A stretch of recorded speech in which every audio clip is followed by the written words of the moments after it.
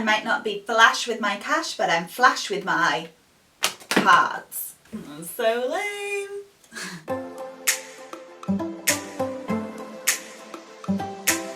Following on from last week's video about Mr. Potato Head and his versatility in teaching young learners age 0 to 6, I thought I'd show you my flashcards.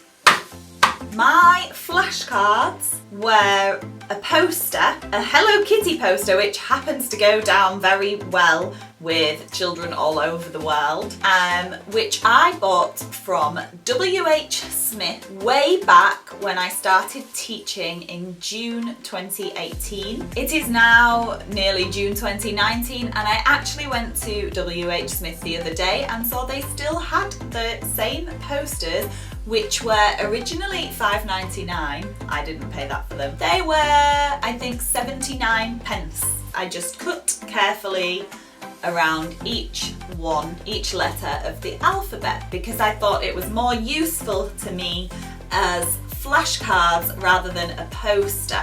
I already have a map and a background set, and because I am quite anal about my working area. You used to call me anal girl.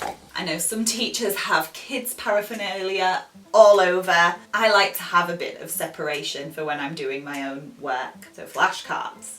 So why might you use flashcards? If you're a new teacher to DaDa ABC, when you get students who are on a trial course or they are just starting with DaDa, they will go through a series of coursework going through the entire alphabet.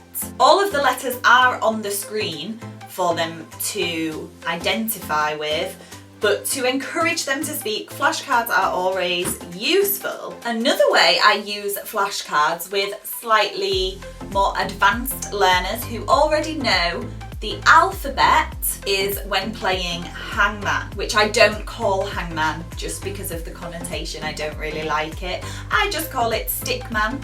I've sometimes done parachute man, where he's jumping in a parachute. Basically, you can draw anything in hangman.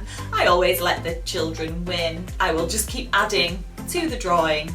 So a stickman is quite easy because you can just draw his shape and then start drawing details on his face, then his clothes. So for children who are now able to spell, but maybe still don't quite understand if you say, what letter do you pick? I guide them by saying, what letter shall we pick first? Could it have a C, D, or an E? Sometimes they might just repeat and say C, D, E. Which one?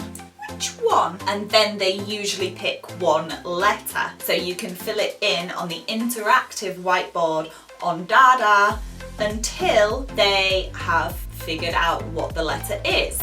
Or even if you've already wrote the whole letter, then you guide them to say, what is it? What does that say? Hello Kitty came to the rescue again with flashcard numbers. And again, there are other pictures on here that can help them learn.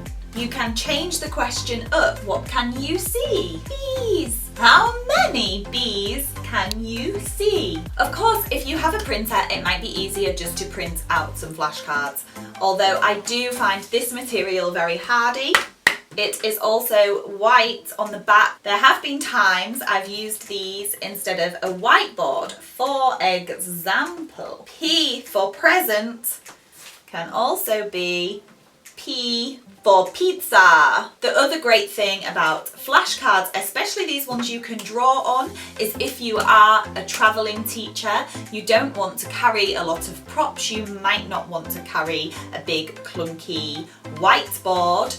So you have mini whiteboards here. It's a 2-in-1.